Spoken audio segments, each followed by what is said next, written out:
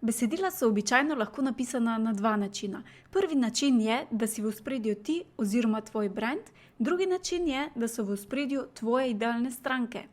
Zdaj, pri prvem načinu, kjer si v ospredju ti, se uporabljajo besede, kjer si v fokusu ti oziroma tvoj brand. Naprimer, moji cilji, moje želje, moje vizije, moje potrebe in tako naprej.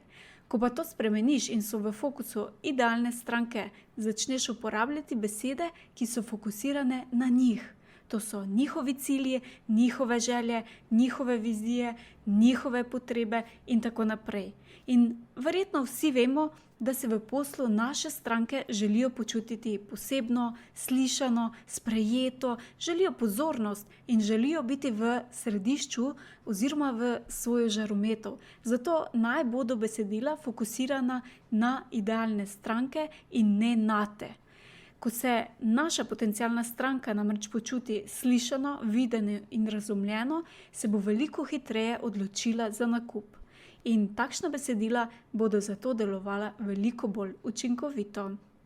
Zelo ti bom pa tudi hvaležna, če ta video deliš z tistimi, ki misliš, da jim bo ta informacija koristila. Hvala!